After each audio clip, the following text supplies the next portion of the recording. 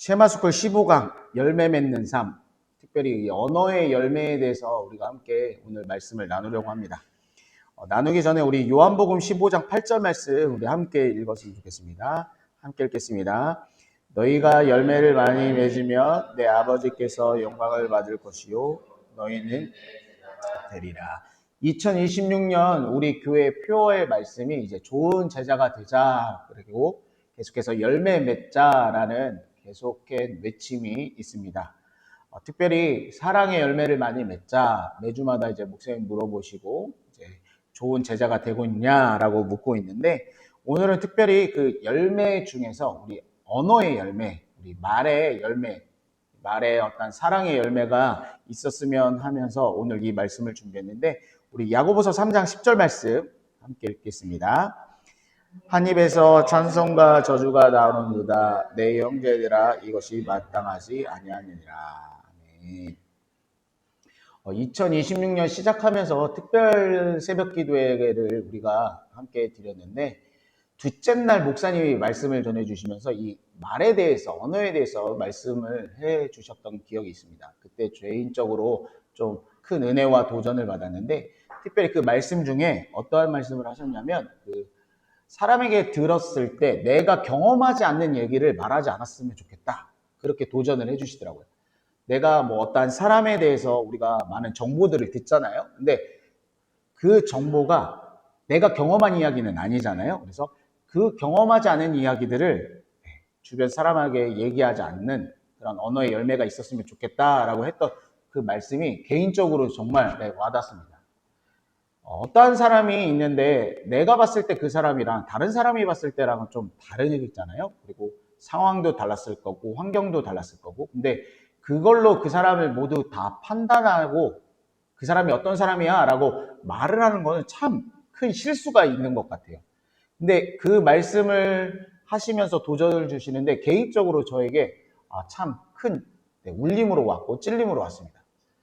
여러 사람들이 그 사람에 대해서 얘기하고 여러 사람들이 여러 가지 이야기를 했을 때 내가 경험하지 않은 이야기는 그냥 입을 닫고 있는 게 맞다, 그게 정확한 게 아닐 수도 있다라는 생각이 들면서, 특별히 좋은 제자, 이 언어의 열매, 이게 개인적으로 저한테는요, 2026년에 어떤 도전하고 영적으로 좀 가야겠다라는 생각이 들었습니다. 그래서 저는 개인적으로 이제 좋은 제자가 되기 위해서 어떤 열매, 특별히 언어와 말에 대해서 제가 개인적으로 좀 아름다운 열매를 맺어야겠다라는 좀 결단하는 시간이 되었습니다.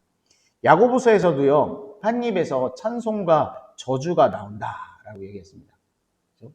주일날 우리가 함께 모여서 예배하고 찬양하고 경배하고 하나님 높이 올려드리는데, 주일 예배 끝나고 나서 우리의 입이 다른 사람들을 험담하고 다른 것들을 비판하고 나쁜 말들을 하고, 과연 이게 맞는 것인가? 이게 정말 좋은 제자의 길을 걷고 있는 것인가? 라고 우리에게 도전을 주는 말씀이 야고보서 3장 10절의 말씀입니다. 그러면서 지금까지 오면서 저 개인적으로 과연 입술에 어떠한 열매를 맺고 있는가? 우리가요, 어떠한 사람을 칭찬하는 일을 하는 거는 아마 5분, 10분이면 다 될 것 같은데, 남을 비판하고 남을 미워하는 말들을 시작하면 1시간, 2시간 할 수 있을 거예요. 그죠? 특별히 내가 어떠한 사람을 미워한다.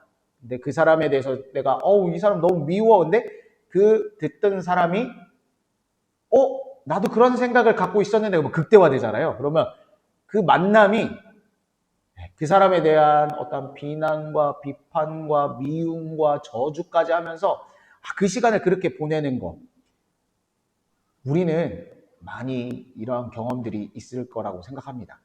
특별히 저한테도 있는 것 같아서, 특별히 2026년에는 이 언어의 열매를 참 잘 맺어봐야겠다라는 좀 결단을 했는데, 우리가 좋은 제자가 되기 위해서는 우리가 버려야 할 것은 옛 언어들입니다. 옛 언어들. 예수 그리스도 밖에 있었던 그런 언어들. 그리고 새로 입어야 할 새 언어의 열매를 맺어야 정말 좋은 제자가 될 수 있을 것 같습니다.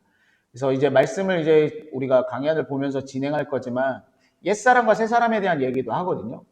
근데 우리의 언어는 옛사람에 많이 미치는 것 같아요. 옛사람, 옛날의 언어들, 모습들.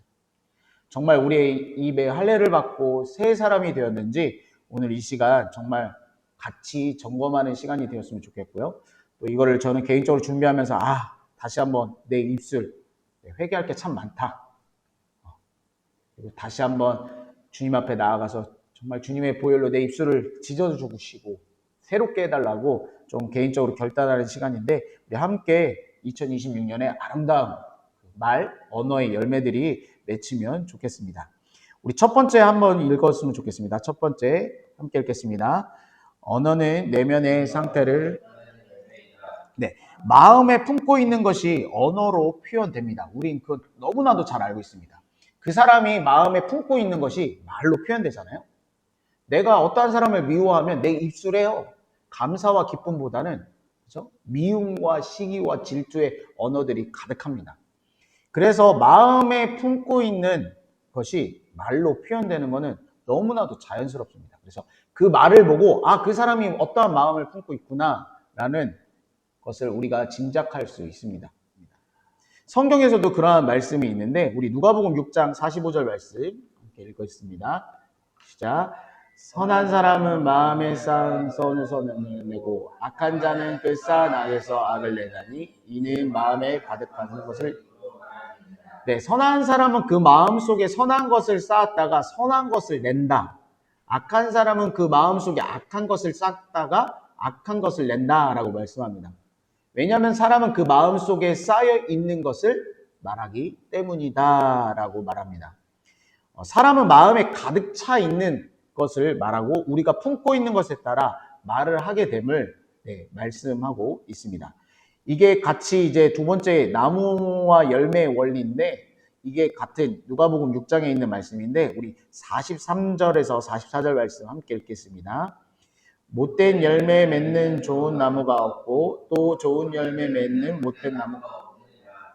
나무는 각각 그 열매로 아나니 가시나무에서 무화과를 또는 찔레에서 나무와 열매의 비유에 대해서 말씀하시면서요. 43절, 44절 말씀하시고 우리가 처음에 읽었던 45절 말씀까지 계속 연결되어 있는 어떤 나무와 열매의 비유입니다. 이 비유는 우리가 너무나도 잘 알고 상식적이고 너무 친근한 비유입니다. 좋은 나무가 나쁜 열매를 맺을 수 없습니다. 이건 맞는 말이죠. 또 나쁜 나무가 좋은 열매를 맺을 수 없습니다.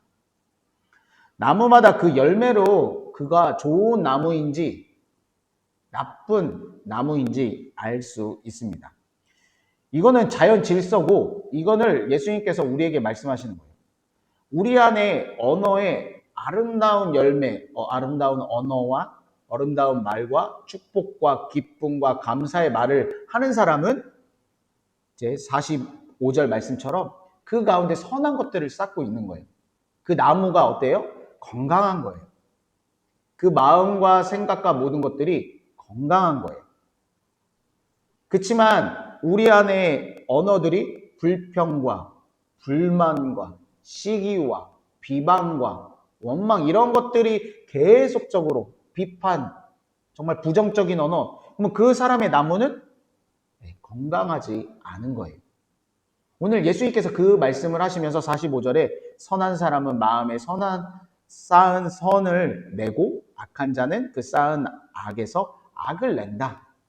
결국 그 입술의 열매를 통해서 그 나무의 상태를 알 수 있다라고 말씀하고 있습니다. 그래서 마음의 상태, 우리의 마음의 상태가 언어의 열매로 나타나게 된다라고 말씀합니다. 그러면서 이제 이 6장, 누가복음 6장에는요, 이제 종교 지도자들과 이렇게 조금 충돌되면서 예수님께서 말씀하는데, 이 종교 지도자들, 이 6장, 누가복음 6장에 나오는 종교 지도자들은 형식과 껍데기만 있어요. 위선, 가식의 언어들을 계속 쓰는 거예요.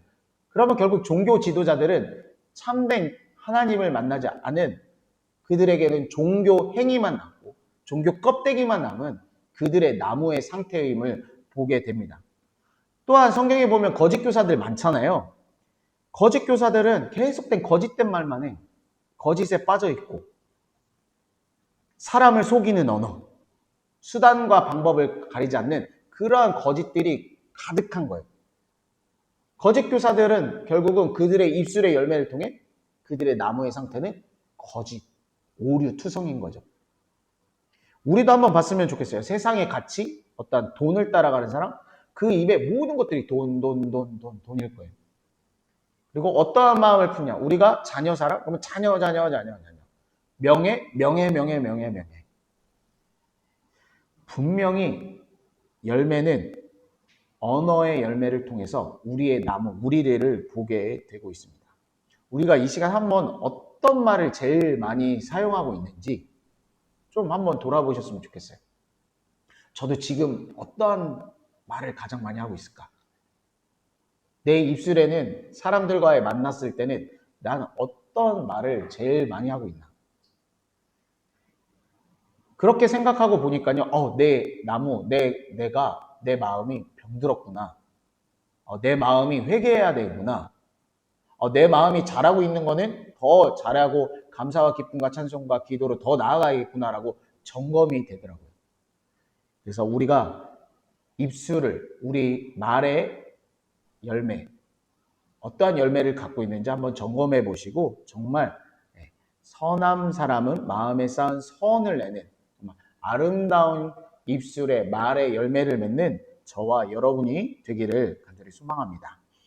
세 번째 보면요. 이제 지혜로운 자의 입술과 미련한 자의 입술을 잠언에서 이렇게 비교해 주고 있습니다. 우리 잠언 18장 4절에서 6절까지 말씀 함께 읽겠습니다. 시작. 명철한 사람의 입을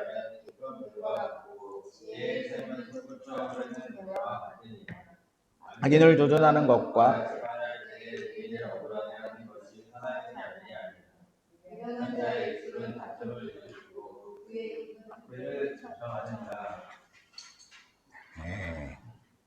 이 명철한 사람의 입의 말은 깊은 물과 같고 지혜의 샘은 솟구쳐 흐르는 매와 같으니라. 사람의 말은 깊은 물과 같고 지혜의 샘은 쉬지 않고 흐르는 시내와 같다.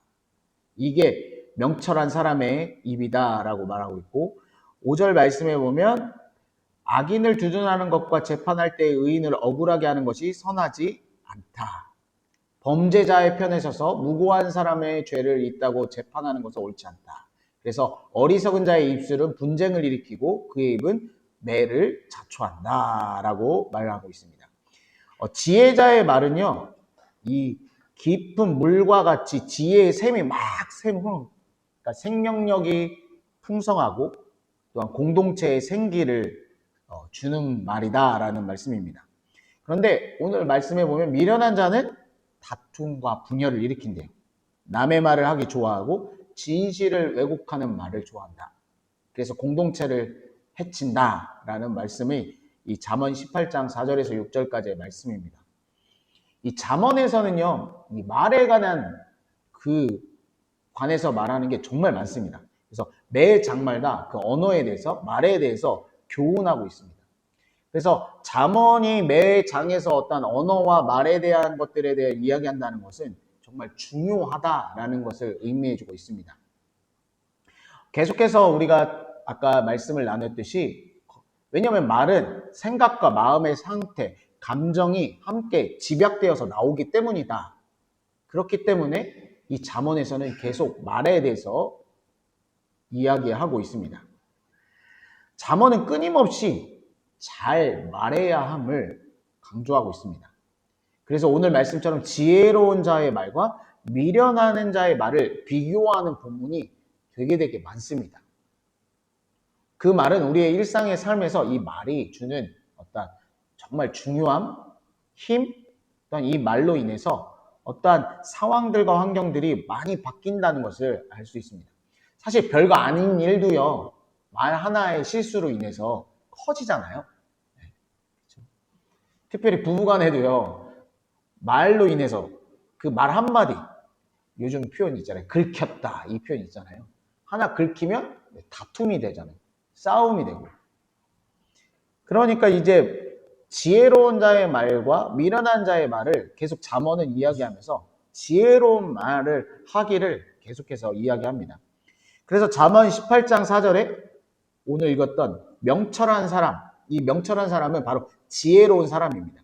이 지혜는 여호와 하나님을 경외하는 자를 말하는데 이 하나님을 경외하는 자의 입에서 나오는 말은 깊은 물, 지혜의 샘, 막 강물처럼 막 흐르는 거예요. 그래서 명철한 사람은 말들이 깊고 사력 있고 어떤 지혜가 있는 말. 명철한 사람의 입에 나오는 말은 지식이고 그 지식이라는 말은 바로 진리라는 말입니다. 그리고 생명력이 날마다 흐르는 말씀인데 그 뜻은 생명의 진리의 말씀이 풍성해진다라고 말씀합니다. 그래서 하나님을 경외하는 자들의 말은 명철한 사람들의 말, 지혜로운 말인데 그 말은 바로 진리의 말을 하고 그 생명이 풍성한 진리의 말을 계속하는 사람이 정말 명철한 사람이다라고 4절에서 말합니다. 그래서 하나님을 경외하는 자의 입술에 대해서 이야기하고 있는 거예요. 그 반대가 이제 우리가 읽었던 6절 말씀인데 미련한 자의 입술은 다툼을 일으키고 그의 입은 매를 자청한다. 미련한 자는 잘못 말하고 나쁜 말하고 그러한 말로 인해서 매를 자초한대요. 미련한 자의 입은 다툼과 분열과 갈등입니다. 이 사람들은 하나님을 경외하는 사람이 아니에요.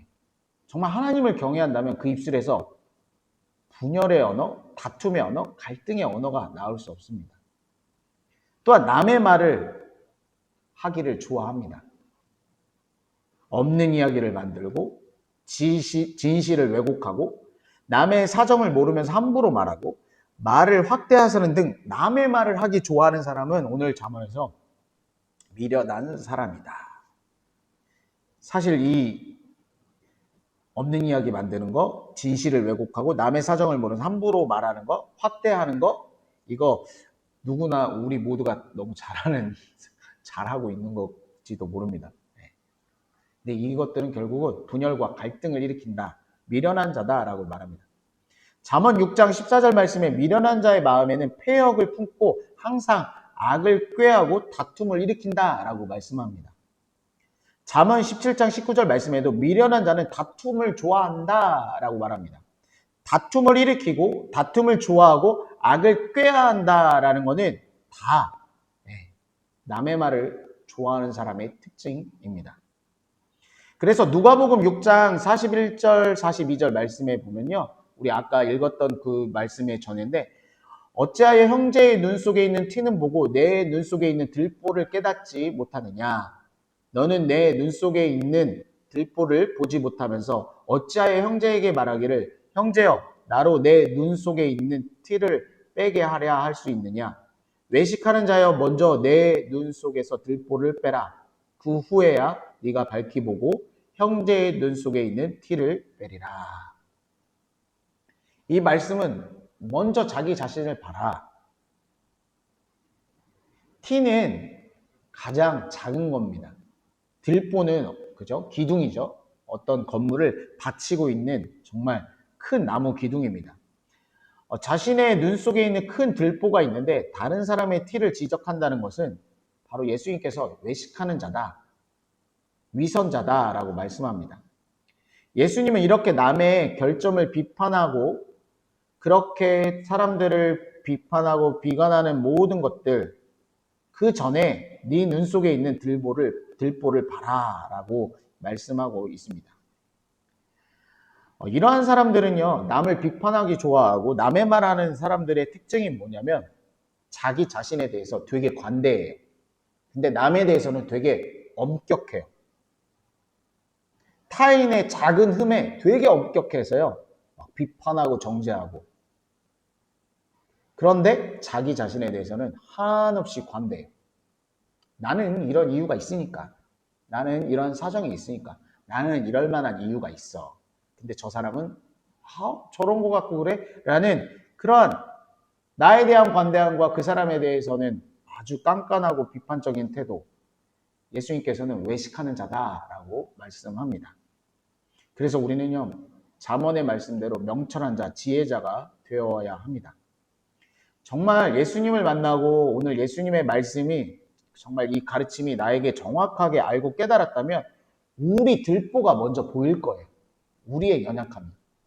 그 사람의 연약함을 보기보다는 내가 먼저 보일 거예요. 나의 연약함, 나의 말의 실수들, 나의 말에 덕이 되지 않는 것들이 먼저 보일 거예요. 나의 들보가 너무너무 크니까 다른 사람을 이야기할 수 없어요. 그런데 그 들보가 보이지 않고 예수님을 진정으로 만나고 가르침을 확실히 모르는 사람들은 계속해서 이 언어를 다른 사람을 정죄하는 수단으로 사용합니다.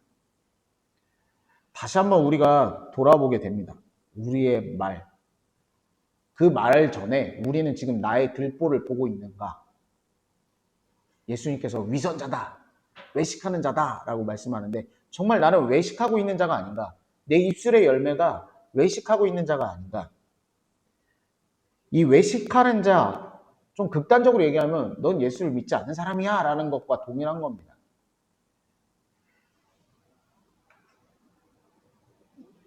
나의 들보가 잘 안 보이는 개인적으로 저의 모습을 보게 되었고 다른 사람들의 그 연약함이 더 크게 보이는 이 말씀을 준비하면서 참 저를 계속 돌아보게 되더라고요. 나는 어떠한 말을 하고 있는가? 난 나를 먼저 보는가? 그 사람을 먼저 보는가? 말씀을 듣고 뭐 할 때 이거 그 사람이 들었으면 좋겠다. 이렇게 얘기하는 것 자체가 들보를 보지 못하는 거예요. 나를 보지 못하는 거예요. 정말 이 시간 오늘 우리 마지막 찬양했던 것처럼 오늘 이곳에 계신 성령님께서 우리의 닫힌 마음을 열어주시고 우리의 들보를 보게 하시고 그거를 회개하게 하시고 그래서 우리가 새롭게 되어서 우리의 언어 가운데 아름다운 열매들이 맺히기를 간절히 소망합니다. 그래서 우리의 언어가 다른 사람의 티를 정지하는 게 아니라 이제 뒤에 나올 얘기지만 그 사람을 축복하고 그 사람을 칭찬하고 그 사람에게 박수 쳐주고 그 사람과 함께하는 그런 기쁨의 언어들로 새롭게 되는 시간들이 되기를 간절히 소망합니다. 이제 두 번째, 거짓을 버리고 덕을 세우는 말을 해야 한다. 우리가 계속해서 이제 우리가 이런 우리 마음의 상태 어떤 거를 품고 있느냐라고 했고 그것들을 통해서 나오는 입술의 열매를 얘기했다면 이제는 이제 좀 더 구체적으로 이제 우리 안에 있는 입술의 어떤 거짓을 배우고 이제 거짓을 버리고 덕을 세우는 말을 하자라는 것을 이제 나누려고 합니다. 첫 번째 보면 거짓을 버리고 참된 것을 말하라 라고 하는데 에베소서 4장 25절 말씀 에베소서 4장 25절 말씀 함께 읽겠습니다. 시작.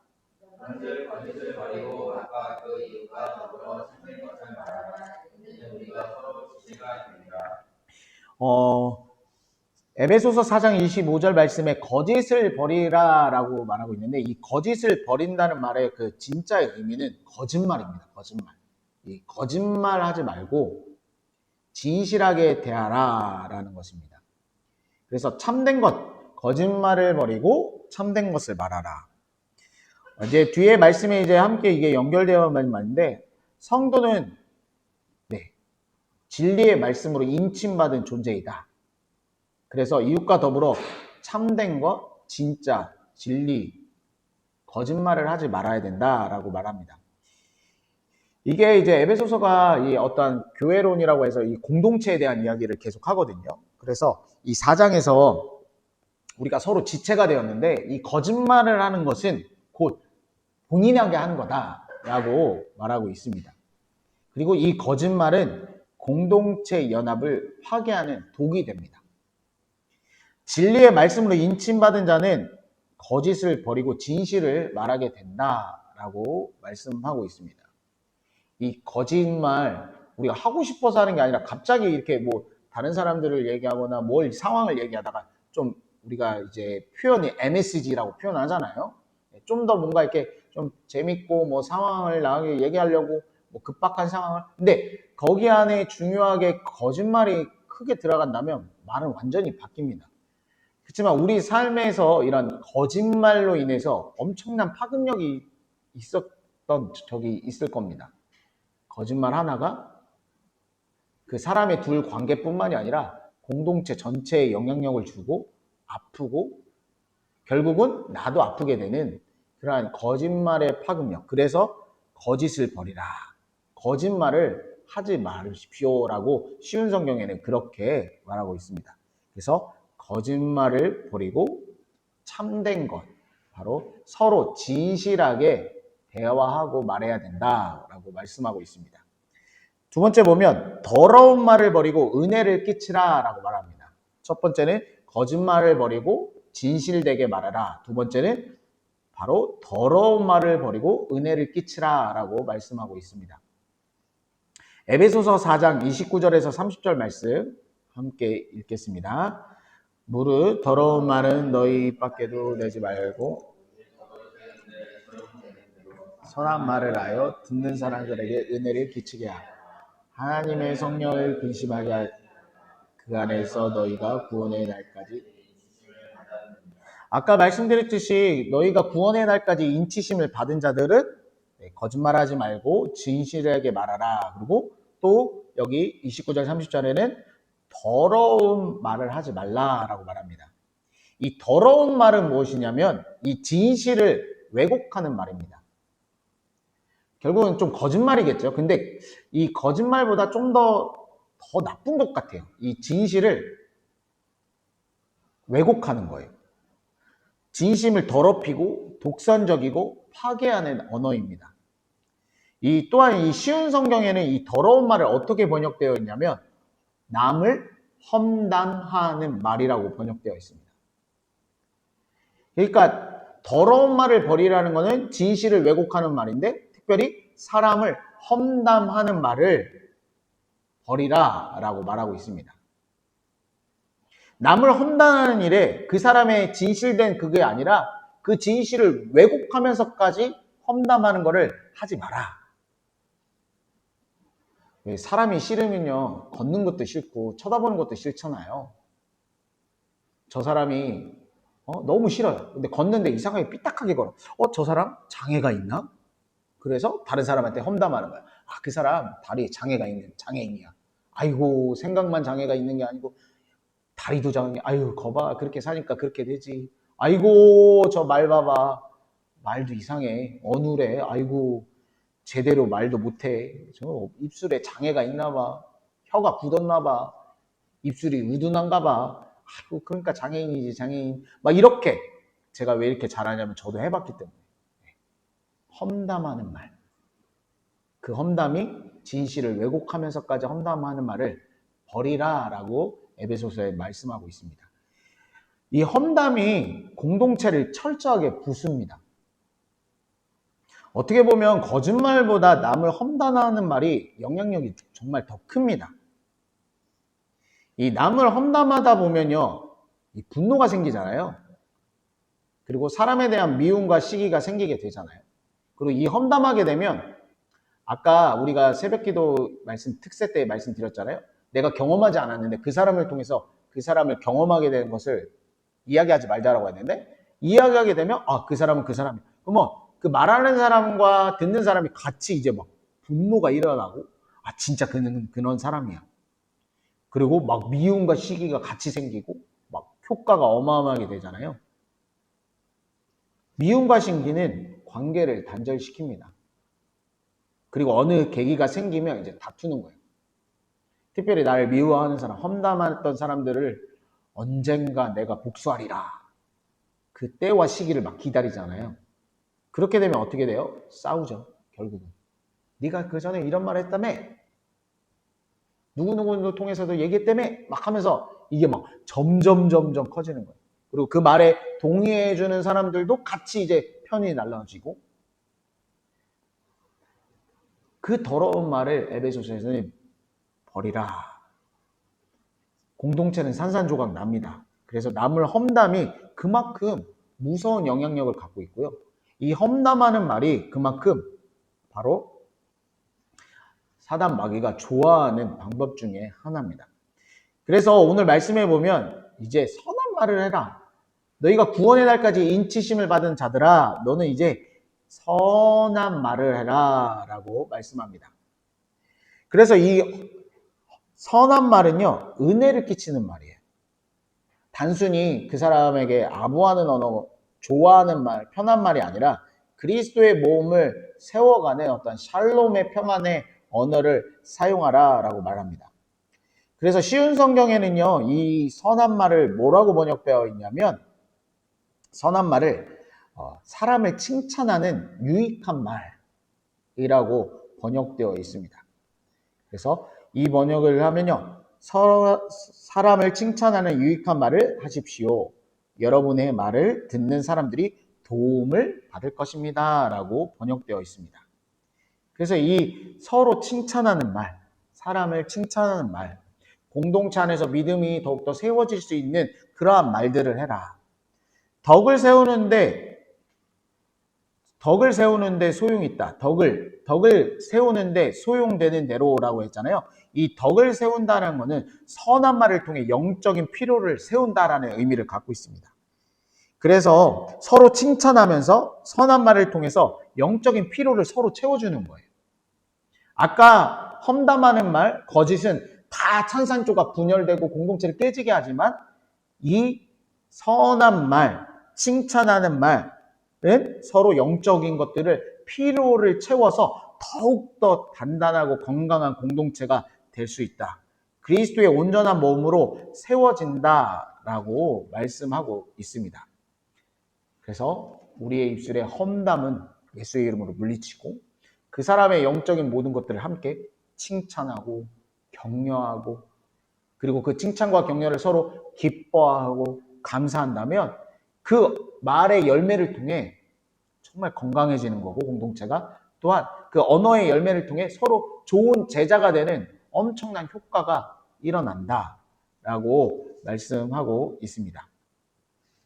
저와 여러분이 혹시 남을 험담하셨다면 우리가 그 험담을 주님 앞에 나와서 좀 회개하고 그리고 그 나쁜 모습을 보기보다는 그 사람의 어떠한 도전될 만한 것들, 그 사람이 정말 영적으로 잘하는 그것들을 칭찬하고 박수 치시면서 정말 그 사람이 정말 영적으로 잘하는 것들이 있잖아요. 근데 나한테는 그게 없잖아요. 그러면 칭찬해주면서 함께 기뻐해주고 나도 그렇게 도전받아서 저렇게 가야겠다.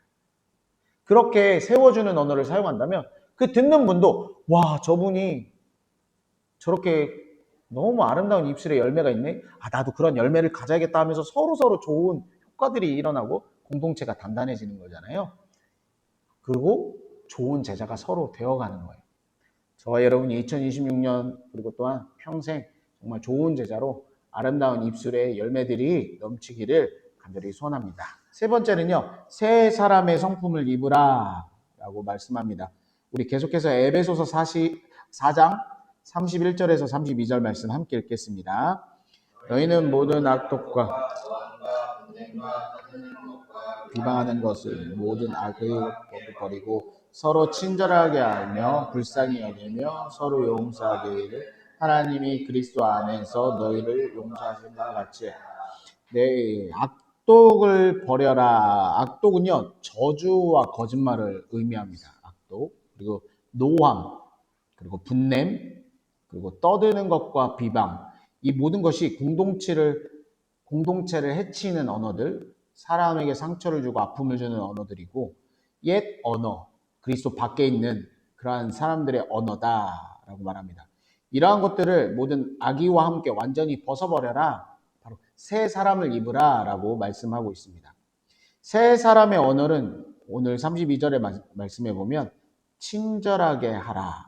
그죠? 친절하게 하고 그 다음에 불쌍히 여겨라. 그리고 서로 용서하라. 근데 그 용서를 어떻게 하라? 하나님이 그리스도 안에서 너희를 용서하신 같이 서로 용서해야 한다라고 말씀합니다. 친절은요, 이 겸손한 마음입니다. 친절은 겸손한 마음을요, 이 빌립보서 2장 3절의 말씀과 같은데 남을 나보다 낮게 여기는 거예요. 이 사람이 나보다 훨씬 좋은 사람이야. 이 사람이 훨씬 나보다 좋은 성품을 갖고 있어. 이 사람이 나보다 좋은 언어를 갖고 있어. 이게 친절입니다. 그래서 친절한 사람은 겸손한 사람입니다. 그리고 그 겸손한 사람은 남을 아까 말씀했듯이 칭찬하는 말, 영적으로 유익한 언어들을 쓰는 마음입니다. 불쌍히 여긴다라는 것은 긍휼의 마음이 있는 사람입니다. 하나님과 예수님이 우리를 보내셨던 어떤 자비로운 마음으로 타인을 불쌍히 여기는 마음. 그래서 이 불쌍히 여긴다고 그래가지고 이 사람이 나보다 못해서 불쌍해 이런 게 아니라 그러한 어떤 그런 서로 더 감싸주고 국률한 마음으로 더 바라보고 국률한 마음으로 더 친절을 베풀고 그러한 마음으로 예수님이 우리를 보내셨던 자비로운 마음, 하나님이 예수님을 보내셨던 어떤 자비로운 마음이 어떤 국률의 마음입니다. 그리고 용서는요, 하나님이 그리스도 안에서 우리를 용서하신 것처럼 십자가의 사랑으로 용서하라. 그 말은 모든 것을 용서하라는 말씀입니다. 우선 좀 더 세세하게 보려고 하는데, 이 악독이 저주와 거짓말이라고 했잖아요. 이 악독은 이 입에서 나오는 쓴소리, 저주입니다. 저주. 이것을 바로 버려라 라고 말합니다. 그리고 노함과 분냄은 어떤 분노예요. 분노인데 이게 우리가 아까 읽었던 29절 말씀에 보면요, 이 더러운 말, 험담하는 말과 연결이 된다라고 볼 수 있습니다. 그래서 이러한 것들을 버려라.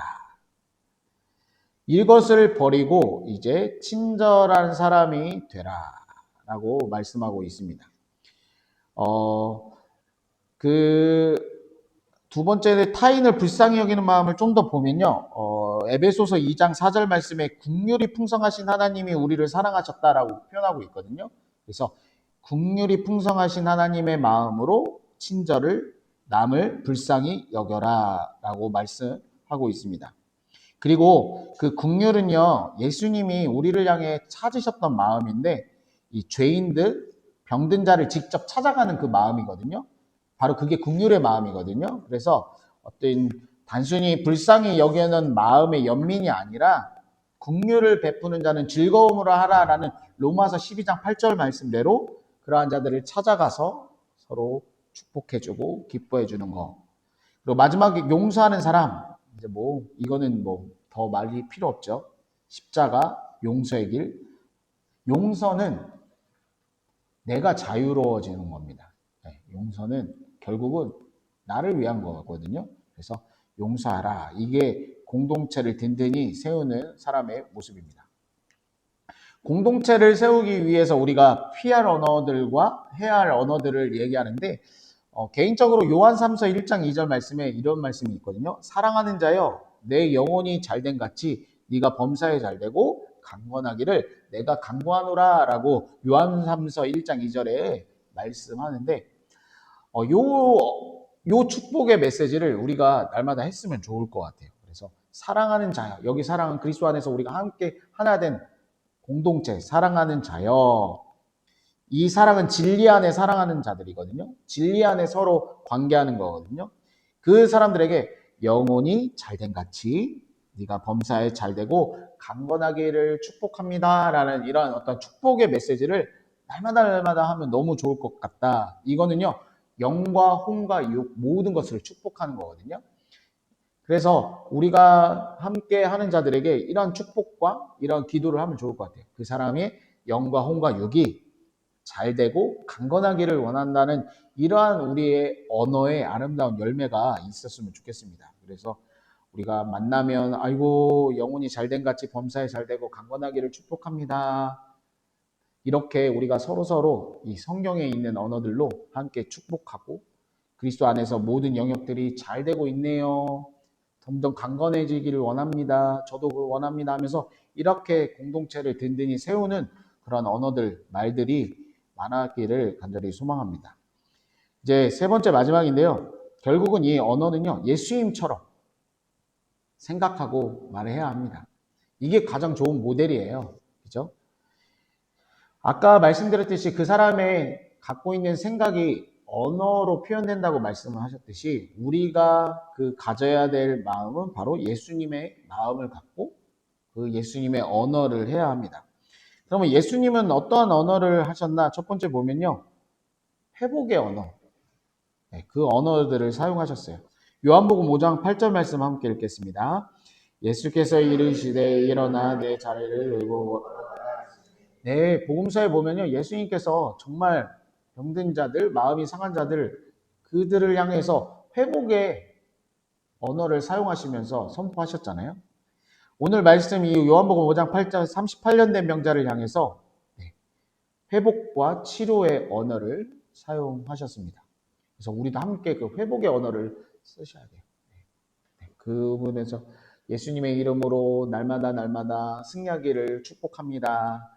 그리고 뭐 조금 힘든 분들을 향해서 예수님의 이름으로 모든 상황들이 하나님께서 일으켜 주시고 회복시켜 주실 줄 믿습니다. 그리고 좀 아프신 분들에게도 가서 예수님의 보혈의 능력으로 누구가 회복되기를 원합니다. 기도하고 있습니다. 이런 식으로 우리가 늘 이런 회복의 언어, 우리 공동체에 만약에 아픔이 있다면 예수님의 이름으로 이러한 공동체 아픔들이 떠나가기를 소망합니다. 그리고 예수 그리스도 안에서 아까 요한 3서처럼 사랑하는 진리 안에 사랑하는 우리 공동체가 되기를 축복합니다. 이런 식으로요. 우리의 언어가 예수님처럼 회복을 향해 있었으면 좋겠습니다. 예수님이 하셨던 것처럼 우리도 그렇게 하는 거예요. 그래서 계속 회복을 위해서 축복의 언어. 두 번째, 생명을 살리는 언어를 예수님께서 하셨습니다. 우리 요한복음 11장 43절 말씀 읽어보겠습니다. 이 말씀을 하시고 큰 소리로 네, 죽은 나사로를 살리시는 이 언어, 사망을 이기고 생명을 주시는 창조의 언어, 부활의 언어를 사용하셨습니다. 예수님의 언어 생활을 잘 보면요, 어떤 창조의 언어들, 그다음에 생명의 언어들, 회복의 언어들, 기쁨의 언어들, 감사, 은혜, 어떤 빛의 언어들, 즉 사람의 어떤 살리는 언어들을 계속 사용하셨습니다. 그리고 악한 무리에 대해서는 대적하고, 그리고 그 다음에 병든 자와 연약한 자와 또한 구원이 필요한 자들에게는 이러한 언어들을 사용하셨듯이 우리도 예수님의 언어들을 사용해야 돼요. 나쁜 말을 들었으면 예수님의 이름으로 우리는 내쫓아야 돼요. 우리 안에 들어오는 어떤 나쁜 언어들, 그리고 그 사람을 갖게 되는 어떤 선입견들, 감정들을 계속 예수님의 이름으로 선포해야 돼요. 악하고 더러운 귀신들, 그리고 내 마음을 빼앗는 언어들, 그러한 것들은 예수의 이름으로 떠나가라.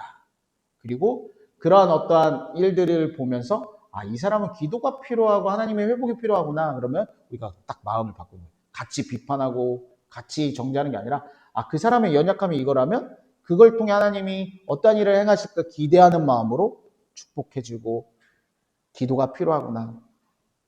우리가 사람이 살다 보면 좀 어려운 일도 있고 내 감정이 힘들 때도 있고 그러면서 좀 우리 안에 있는 어떠한 것들이 막 나올 때가 있잖아요. 그러면 그거를 대응하고 막 하기보다는 그 사람이 지금 좀 기도가 필요하고 회복이 필요하구나 라고 생각하고 함께 기도해주고 축복해주고 회복을 위해 기도해주고 이렇게 용기를 주고 이렇게 하는 건 어떤 사람을 살리는 언어를 사용해야 합니다.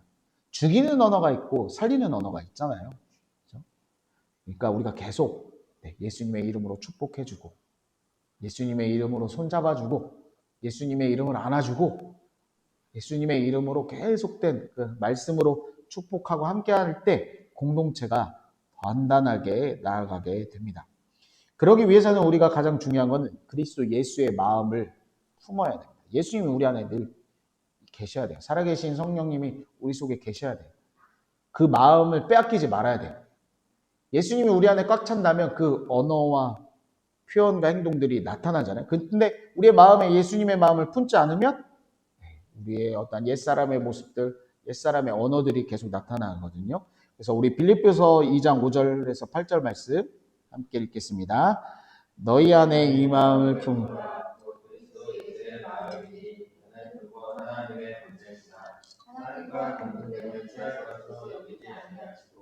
오히려 자기를 미워 종의 형체를 가지사 되셨고 사람의 모양으로 나타나사 자기를 낮추고 죽기까지 복종하셨으니 곧 십자가에 죽으십니다. 개인적으로 너무 좋아하는 말씀이고 늘 이 말씀 앞에 쓰는 말씀입니다. 너희 안에 이 마음을 품으라 곧 그리스도 예수의 마음이니 예수님처럼 생각하고 행동하십시오 라고 쉬운 성경에 번역되어 있습니다. 예수님의 마음, 그 성품을 닮아가야 됩니다. 예수님이 우리 안에 늘 상주하고 계시도록 우리의 마음을 다른 것들에 대해서 빼앗기지 말아야 됩니다. 예수님이 가득 찬 사람들의 언어 생활은 당연히 예수님이 하셨던 언어들을 하겠죠. 그렇지만 우리의 마음 중심에 이 예수님이 바깥에 계시고 내가 있게 되면 내가 지금 관심 갖고 내가 빠져 있는 것들의 언어로 바뀌게 됩니다. 계속된 얘기, 돈과 명예와 자녀와 이런 모든 것들이 내 중심의 언어들로 바뀌게 되기 때문에 우리 안에 늘 예수님의 마음을 품어야 돼요. 예수님처럼 살아가는 거예요. 하나님과 동등된 분이시인데 하늘의 영광을 버리고 이 땅에 포기하고 우리를 위해서 오신 이분의 마음을 품어야 됩니다. 그래서 종의 형체를 가지신 인간의 모습에 오신 것도 감사한데 그것을 뛰어넘어 죽기까지 우리를 사랑하셨습니다. 그렇기 때문에 우리도 예수님의 마음을 품게 되면 다른 사람을 향해서 죽을 수 있는 거예요. 다른 사람을 용서할 수 있는 거예요. 다른 사람의 어떠한 나를 향한 어떠한 비방과 미움의 소리를 들어도 그것들이 나의 삶에 그렇게 영향이 없는 거예요. 예수님이 종의 형체를 가져 죽기까지 우리를 사랑하신 그분이 우리 안에 계시면 그것들이 별로 중요하지 않는 거예요. 오히려 그렇게 말한 분을 축복할 수 있고 그렇게 말한 이유가 내 안에 뭐 그분을 향해 잘못됨이 내가 먼저 보이지 그 말을 듣고 내가 먼저 막 감정적으로 반응하는 게 아니라 내가 먼저 딜보를 보게 되는 거예요. 내가 이분한테 이런 실수를 했었구나. 내가 이런 실수를 했나? 내가 언어의 실수를 했나? 나를 보게 되는 거예요. 이 예수님의 마음을 빼앗기게 되면 그때부터는 싸우죠. 그런 말 듣자마자 네가 이런 말 했어? 라고 싸우기 시작하는 거죠. 그렇기 때문에 예수님의 마음을 늘 품어야 돼요. 늘 품어야 돼요. 품을 때 우리의 언어에 아름다운 열매가 맺힐 수 있는 겁니다. 2026년 좋은 제자가 되자. 특별히 저와 여러분 가운데 이 좋은 제자의 그 열매 중에 이 아름다운 말과 아름다운 입술의 열매들이 맺히길 간절히 소망합니다. 그래서 요한복음 15장 8절에 열매를 많이 맺으면 우리 안에 어떤 사랑의 언어들, 사랑의 말들, 사랑의 입술들이 맺으면 이 언어의 열매를 통해 뭐라고 말씀하시냐면 아버지께서 영광 받으신다고 그러잖아요. 우리의 입술을 통하여 하나님께 영광 올려드릴 수 있다.